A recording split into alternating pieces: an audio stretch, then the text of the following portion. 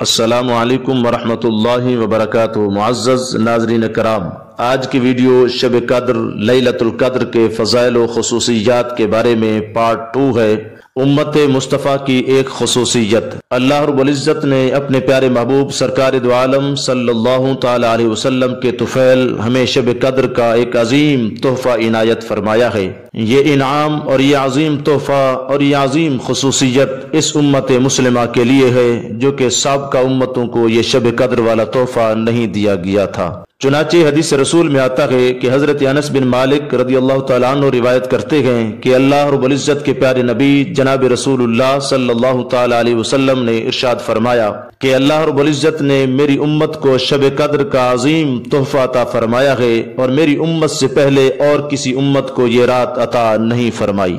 لیلۃ القدر کی فضیلت کے بارے آج کی آخری حدیث، رمضان المبارک کی 27ویں رات آنے والی ہے اور علماء کرام کی بھاری اکثریت اس طرف ہے کہ رمضان المبارک کی 27ویں رات ہی شب قدر ہوتی ہے، لہذا لیلۃ القدر مغفرت کی رات ہے اور رحمت کی رات ہے۔ لیلۃ القدر وہ رات ہے جس میں عبادت و ریاضت کرنا 1000 مہینوں کی عبادت سے بھی بہتر ہے۔ یہ رات سلامتی والی رات ہے۔ حضرت عبداللہ ابن عباس رضی اللہ تعالیٰ عنہما روایت کرتے ہیں، رسول اللہ صلی اللہ تعالیٰ علیہ وسلم نے ارشاد فرمایا کہ جب شب قدر آتی ہے تو اللہ رب العزت کے حکم مبارک سے حضرت جبریل امین علیہ السلام ایک سبز جھنڈا لے کر فرشتوں کی ایک بہت بڑی فوج کے ساتھ زمین پر نزول فرماتے ہیں اور پھر اس سبز جھنڈے کو بیت اللہ شریف پر لہرا دیتے ہیں۔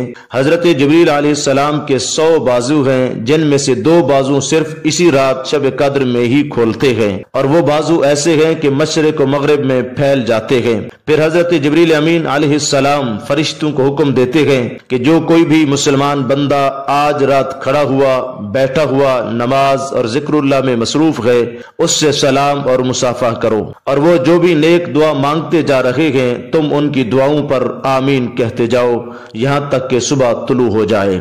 معزز ناظرین، اس رات کی فضیلت کا کیا ہی کہنے کہ جس کی دعا پر فرشتوں کی فوج ہی آمین کہتی ہے تو یقیناً اس رات ہر انسان کی نیک دعا قبول ہوتی ہے۔ اللہ رب العزت ہم سب کو شب قدر احسن طریقے سے گزارنے کی توفیق عطا فرمائے، آمین۔ وما توفیقی الا باللہ۔